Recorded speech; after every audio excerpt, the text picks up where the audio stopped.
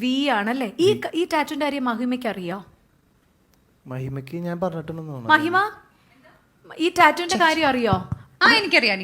എന്താ അതിനെപ്പറ്റി? കാരണം ഞങ്ങള് ലിറ്റിൽ ഹാർട്സിന്റെ ഷൂട്ട് നടക്കുന്ന സമയത്ത് എന്റെ വിരലൊരു ടാറ്റു ഉണ്ട്. എന്താ അത്? ഏത് ടാറ്റു? എന്നൊരു ഇനിഷ്യൽ ഉണ്ട്. എന്നെ വീട്ടിൽ വിളിക്കുന്ന പേരിന്റെ എന്താ വീട്ടിൽ വിളിക്കുന്നത്? അമ്മൂന്നാ വിളിക്കുന്നത്. അമ്മൂന്റെ. അതല്ല. അപ്പൊ ഷെയ്ൻ എന്റെ അടുത്ത് ചോദിച്ചു, അല്ല സത്യം, ഷെയ്ൻ എന്റെ അടുത്ത് ചോദിച്ചു ഇത് എന്താന്ന് ചോദിച്ചപ്പോ ഞാൻ കാര്യമൊക്കെ പറഞ്ഞു. അപ്പൊ ഞാൻ ഷെയ്ൻ്റെ അടുത്ത് ചോദിച്ചു തനിക്ക് ടാറ്റു ഉണ്ടോന്ന്. അപ്പോഴാണ് എനിക്കിത് കാണിച്ചു തന്നെ, ഈ ഒരു ടാറ്റു. അപ്പൊ ഞാൻ ചോദിച്ചു ഇത് വീന്നെങ്ങാനും ആണല്ലോ അല്ലെ? വി ആണ്. വി എന്തായിരുന്നു വി ക്യാരക്ടർ? അതെനിക്ക് മനസ്സിലായിട്ടില്ല. അതിലെ നായികയുടെ പേര് വീണാന്നായിരുന്നോണ്ടാണ് അയാൾ വി അടിച്ചതെന്നാണ് ഞാൻ മനസ്സിലാക്കുന്നത്. ഏത് സിനിമയിലായിരുന്നു വീണ നായർ? ഇല്ല, ആ പടം ഇറങ്ങിയിട്ടില്ല. അപ്പൊ ഇതൊക്കെ ബിൽഡപ്പ്, ഇതൊക്കെ ചുമ്മാ ഉണ്ടാക്കിയ കഥയായിരിക്കും എന്തെങ്കിലും. ആണ്. വേറെ എന്തെങ്കിലും സ്റ്റോറി ഉണ്ടാവും. ഞാൻ ആദ്യമായിട്ട് ഒരാൾ വീണ നായരിന്റെ വി അടിച്ച് ടാറ്റു കണ്ടത്. ചേച്ചി, ഞാൻ അതാ സിനിമയിലെ കഥാപാത്രത്തിന്റെ നായികയുടെ പേര് വീണ. അപ്പൊ ഞാൻ ചോദിക്കട്ടെ, എത്രയോ എത്രയോ സിനിമകളിൽ മഹിമയെ പോലെ സുന്ദരിമാരായിട്ടുള്ള നായികമാര് കൂടെ അഭിനയിച്ചിട്ട് എന്തുകൊണ്ട് വീണ റോബർട്ട് ടാറ്റു അടിച്ചിട്ടില്ല? അതുകൊണ്ടാണ്. റോബർട്ട് ടാറ്റു അടിച്ചിട്ടില്ല, അതുകൊണ്ടാണ്. അല്ലല്ല, എന്നാ വീണ മാത്രം വന്നേ അതില്? എന്താന്നറിയില്ല, സംഭവിച്ചേ ചില സമയത്ത് അങ്ങനെയാ. ഓക്കെ, അപ്പൊ ടാറ്റു ഇതായിരുന്നു ഉണ്ടായിരുന്നു, അത് മാറ്റിയതാന്ന് പറഞ്ഞു മഹിമ. All good. അടുത്ത മൂന്നാമത്തെ ചോദ്യം. What is Shane Nigam phone number? Phone number ഏറ്റവും കൂടുതൽ ജനങ്ങൾ തെരഞ്ഞിരിക്കുന്നത്, എനിക്കോടത് പെൺകുട്ടികളാണ് തെരഞ്ഞെന്ന് തോന്നുന്നു. ഒന്ന് വിളിച്ച് സ്നേഹം പറയാനൊക്കെ പറയുന്നില്ല. എന്ത് പറയാൻ? ഫോൺ നമ്പർ ഞാൻ പറയാൻ അത് വേണ്ട. ഞാൻ ഒരു തവണ വലിയൊരു ആവേശത്തിൽ കൊടുത്തതാണ്. എവിടെയാ കൊടുത്തേത്? ഏതൊരു ഇന്റർവ്യൂല് പണ്ട്. എന്നിട്ട് ആൾക്കാർ വിളിയായിരുന്നോ നിരന്തരം? അത്യാവശ്യം. പിന്നെ നിരന്തരം എന്നുള്ളതല്ല, മെസ്സേജുകൾ കുറെ കിടക്കുമായിരുന്നു. ഇടയ്ക്ക് അതിനകത്ത് ചീത്ത വിളിക്കേണ്ടി വല്ല വന്നിട്ടുണ്ടോ? ഇനി മേലിൽ വിളിച്ചു വരുന്നല്ലോ? ഇല്ല, ഞാൻ ആ ഫോൺ സംഭവം മാറ്റി വെക്കും. നമുക്ക് ആണല്ലേ? അപ്പൊ ഇതാണ് ഫോൺ നമ്പർ. ഇഷ്ടം കൊണ്ട് വിളിക്കണല്ലേ, നമ്മൾ അവരെ ചീത്ത വിളിച്ചിട്ട് എന്തായാലും അല്ലേ? അതാ സത്യം. അടുത്ത ചോദ്യം. ഏറ്റവും കൂടുതൽ ആൾക്കാർ തെരഞ്ഞെടുക്കുന്നത്? അത് കൊള്ളാം, നല്ലൊരു ചോദ്യമാണല്ലോ ചോദിച്ചത്. എന്നാപ്പാ? സൂപ്പർ. വാട്ട് ഈസ് എന്താണ് Shane Nigam മോളിവുഡ്സ് rich young actor? ഞാൻ കണ്ടില്ല, ഒന്നുകൂടി. Shane Nigam മോളിവുഡ്സ് rich young actor. Shane Nigam ആണോ മലയാളത്തിലെ ഏറ്റവും റിച്ച് ആയിട്ടുള്ള യങ് ആക്ടർ? ഇത് ഗൂഗിൾ കള്ളം പറയില്ല. കറക്റ്റാണ്. ടാലന്റിന്റെ കാര്യത്തിലാണെന്ന് മഹിമ രക്ഷപ്പെട്ട, അല്ലെങ്കിൽ ഇപ്പൊ GST-കാര് കയറി നശിപ്പിച്ചേനെ.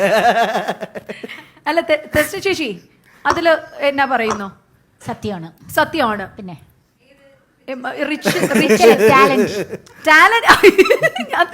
ഞാൻ വിചാരിച്ചേ ചേച്ചി സമ്മതിക്കാം, ശരി തന്നെ പൈസയുടെ കാര്യത്തിൽ. അല്ല, ടാലന്റിന്റെ കാര്യത്തിൽ നമുക്ക് സംശയമില്ല. ജന്മനാ കിട്ടിയ ഒരു സിദ്ധിയാണ്, അത് എനിക്കറിയാവുന്ന കാര്യമാണ്. ജന്മനാ കിട്ടിയതാ, അല്ലാണ്ട് സിനിമയിൽ വന്നിട്ടുള്ള ഒരു ഇതല്ല. ചെറിയ കുട്ടിയാകുമ്പോ തന്നെ, ഒരു 4 വയസ്സ് 3 വയസ്സാകുമ്പോ തന്നെ തുടങ്ങിയതാ. ഡാൻസും പാട്ടും ഒക്കെ, എല്ലാം അഭിനയം ഒക്കെ വീട്ടിൽ തന്നെ അഭിനയിച്ചു നടക്കുന്ന ഒരാളാണ്. 24 മണിക്കൂർ അഭിനയം. നാണം വരും, ചിരി വരും, കരച്ചിൽ വരും. 4 വയസ്സൊക്കെ ആവുമ്പോ ഓടി നടക്കും. 4 വയസ്സില് പക്ഷെ ഡ്രസ്സൊന്നും ഉണ്ടാവില്ല ആ സമയത്ത്. അങ്ങനെയാണ് കുഞ്ഞു ഓടി ഓടി ഓടി ഓടി ഇങ്ങനെ പിടച്ച് നടക്കും. സുനി ഇങ്ങനെ പുറകെ കൂടെ ഓടി പിടിക്കണം. അങ്ങനെയായിരുന്നു, മിടുക്കനായിരുന്നു 4 വയസ്സിൽ തന്നെ. കണ്ടോ, ഒരു നഗ്ന സത്യങ്ങൾ വിളിച്ചു പറയുന്ന കണ്ടോ? നഗ്നമായ സത്യങ്ങളൊക്കെയാണ്. അല്ല, ഞാൻ ഇത്രയും വളരെ ചെറുപ്പത്തിലേ തുടങ്ങിയോണ്ട് ഞാൻ ചോദിക്കുകയാണ്, ഇപ്പൊ റിച്ച് യങ് ആക്ടർ ആണോ എന്നാണ് പ്രേക്ഷകർ അറിയുന്നത്. മണി മാനേജ്മെന്റ് എന്തെങ്കിലും ഉണ്ടോ ഷെയ്ൻ? ഭയങ്കര ബോറാണ് എൻ്റെ മണി മാനേജ്മെന്റ്. വളരെ എന്ന് വെച്ച് കഴിഞ്ഞാൽ ആ ഒരു ഏരിയ നമ്പേഴ്സിന്റെ പരിപാടി തീരെ ഓടാത്തൊരു വ്യക്തിയാണ്. അതായത് ബാലൻസ് നോക്കി, അക്കൗണ്ട് ബാലൻസ് നോക്കി പെരുമാറാത്തൊരു വ്യക്തിയാണ്. ആണോ? എന്തിനാണ് ഏറ്റവും കൂടുതൽ ഈ കിട്ടുന്ന പൈസ വിനിയോഗിക്കുന്നത്? എന്തിനായിരിക്കും ഷെയ്ന്? അതാത് സാഹചര്യങ്ങൾ അനുസരിച്ചിട്ടാണ്.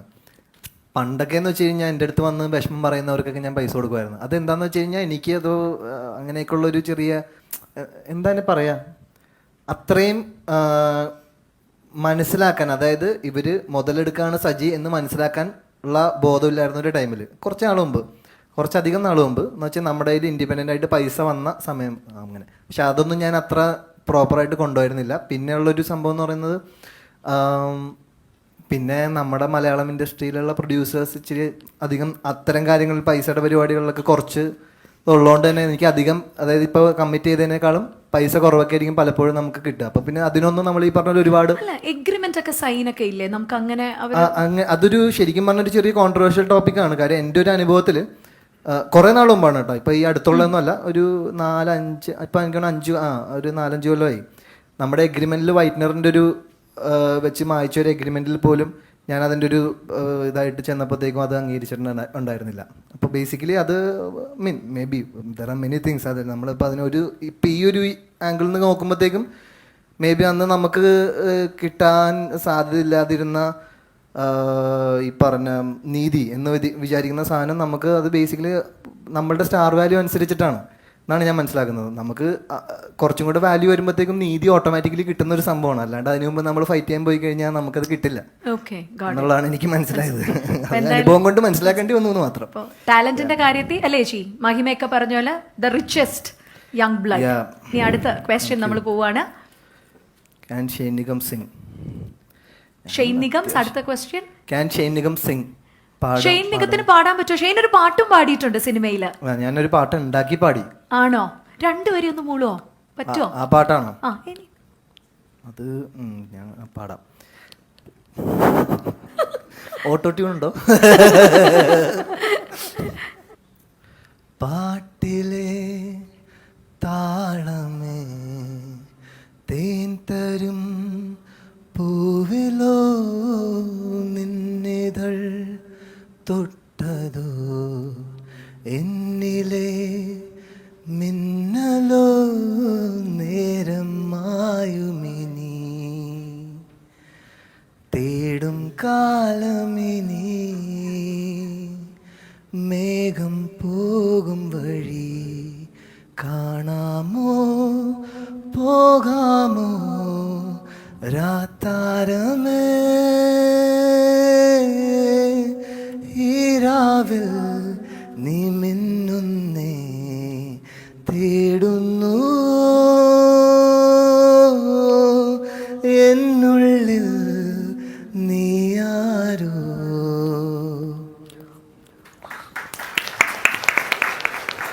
ഞാനൊരു സത്യം പറയാം നല്ല എക്കോ. അതല്ല, ഒരു പ്രാക്ടീസോ ഞങ്ങളൊന്ന് ഡിസ്കസ് ചെയ്തല്ല, ഓൺ സ്പോട്ട് ഷെയ്ൻ പാടിയതാണ്. ഒരു എഫക്റ്റ് ഒന്നും ഇല്ലാതെ അടിപൊളിയായിട്ട് പാടി കേട്ടോ. ഇപ്പോഴും എനിക്ക് തോന്നുന്നു അമൃത ചാനലിന്റെ ഒരു റിയാലിറ്റി ഷോയ്ക്ക് ഓഡീഷന് ഷെയ്ൻ പാടാൻ പോയതിന്റെ വീഡിയോ ഇപ്പോഴും ഭയങ്കര സോഷ്യലി വൈറൽ അവസ്ഥയാണ്. അല്ല, പണ്ടത്തെ ഷെയ്ന്റെ സാധനങ്ങളൊക്കെ ഈ കുത്തിപ്പൊക്കൽ ഒരു സംഭവം ഇറങ്ങിയിട്ടുണ്ട്. എപ്പോഴെങ്കിലും അയ്യോ ഇത്രയും വേണ്ടിയിരുന്നില്ല എന്ന് തോന്നിയിട്ടുണ്ടോ ഷെയ്നെ? വിചാരിച്ചിട്ട് കാര്യമൊന്നുമില്ലല്ലോ, എന്ത് ചെയ്യാനാണ് ഇതൊക്കെ സംഭവിച്ചല്ലേ. നമ്മള് ഇനിയിപ്പോ വേണ്ടാന്ന് പറഞ്ഞിട്ട് കാര്യമൊന്നുമില്ലേ. പക്ഷെ അത് എൻജോയ്. ഈ ട്രോളൊക്കെ ഷെയ്ൻ കാണാറുണ്ടോ? അതൊക്കെ പിന്നെ ക്യൂട്ടാണ്, കുറച്ച് കുഴപ്പമില്ല, ഓക്കെയാണ്. എൻജോയ് ചെയ്യോ? അതോ ഇതൊക്കെ കണ്ടിട്ട് ഇത് ഇത്തിരി കൂടിയല്ല എന്നെ ചെയ്തേക്കുന്നെന്ന് തോന്നിയിട്ടുണ്ടോ? കുഴപ്പമൊന്നുമില്ല, ഹാപ്പിയാണ്. ഹാപ്പിയാണ്, എല്ലാം കാണും. അയച്ചു തരുന്ന ആൾക്കാരൊക്കെ കാണുമല്ലേ വാട്സപ്പിലൊക്കെ? ട്രോള് കണ്ടില്ലെങ്കിൽ അയച്ചൊക്കെ തരും. അങ്ങനെയൊന്നും അയച്ചു, എന്റെ നമ്പർ ഉള്ളവരങ്ങനെ അധികം, അത് വളരെ കുറച്ച് പേർക്ക് ഉള്ളു, അതുകൊണ്ട് അങ്ങനെ അധികം ഇല്ല. പക്ഷെ ഒരു കയ്യടി കൊടുക്കണം കേട്ടോ, പാട്ട് ഞെട്ടിച്ചു കളഞ്ഞു, അടിപൊളി. ഏതെങ്കിലും പെൺകുട്ടികൾക്ക് വേണ്ടി സ്കൂൾ ടൈം കോളേജ് ടൈമിൽ പാടി കൊടുത്തിട്ടുണ്ടോ ഷെയ്നെ? ഇല്ല, പാടിയിട്ടേ ഇല്ല. അടുത്ത ചോദ്യം. Okay. Is Shane Nigam in love with someone? കണ്ടോ, ഞാൻ ചോദിക്കുന്ന എല്ലാം പ്രേക്ഷകർ ചോദിച്ചേക്കുക. നല്ല ചോദ്യം. അടുത്ത ചോദ്യത്തിലേക്ക് പോ. ആരുമായിട്ടെങ്കിലും പ്രണയത്തിലാണോ? No. No. Currently no. No, correct. Okay. For girls, please not. Okay. Next ചോദ്യം. Does Shane Nigam have any kind of phobia? ഇത് ഗൂഗിളിൽ സെർച്ച് ചെയ്ത സാധനങ്ങൾ കേട്ടോ. ചോദ്യം എന്താ പറയണ്ടേ?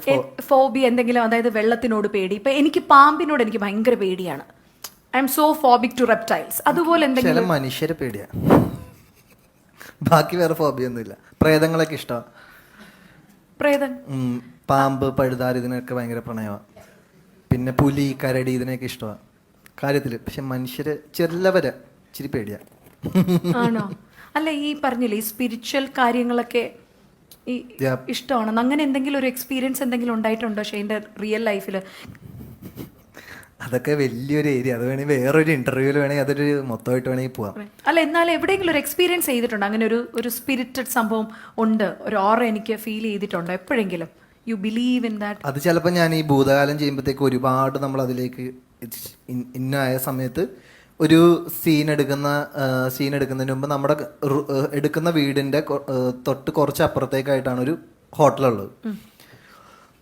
അവിടെയാണ് ഞങ്ങൾ തൊട്ടപ്പുറത്ത്, അതായത് അവിടെ കാരവൻ സ്പേസ് ഇല്ല, കാര്യം ചെറിയ സ്ഥലത്താണല്ലോ നമ്മൾ ഷൂട്ട് നടക്കുന്നത്. അപ്പോൾ അവിടെ നിന്ന് ഒരു 50 മീറ്റർ അപ്പുറം ഒരു ഹോട്ടലിലാണ് നമ്മൾ ഈ സീൻ എടുത്തുകൊണ്ടിരിക്കുന്നത്. അപ്പോൾ ഒരു സീൻ എന്ന് പറയുന്നത് ഞാനിങ്ങനെ എൻ്റെ കയ്യിൽ നിന്ന് പോയി ഇങ്ങനെ ഇരിക്കുമ്പോഴത്തേക്കും ഉറക്കമില്ലാണ്ടിരിക്കുക. അപ്പോൾ അമ്മ ഇങ്ങനെ സൈഡിൽ ഇങ്ങനെ TV കണ്ടിട്ട് അമ്മ ഇങ്ങനെ പതുക്കെ ഒന്ന് ഉറങ്ങും.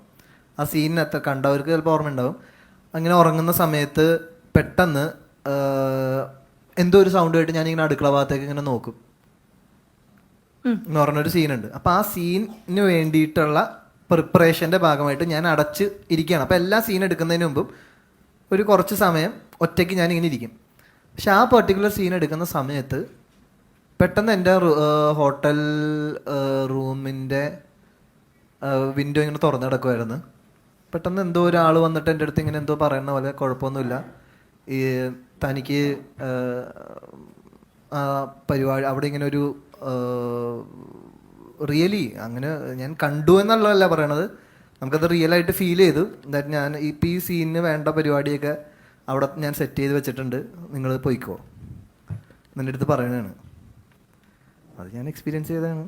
അപ്പം അങ്ങനെ നോക്കിക്കഴിഞ്ഞ് കഴിഞ്ഞാൽ ഡേ ടു ഡേയിൽ ചില അങ്ങനെ അത്തരം നമ്മൾ കാണാത്ത ലോകത്തിൻ്റെ ഇടപെടൽ പല സമയത്തും എൻ്റെ ലൈഫിൽ ഉണ്ടാവാറുണ്ട്, ഇപ്പോഴും ഉണ്ടാവാറുണ്ട്.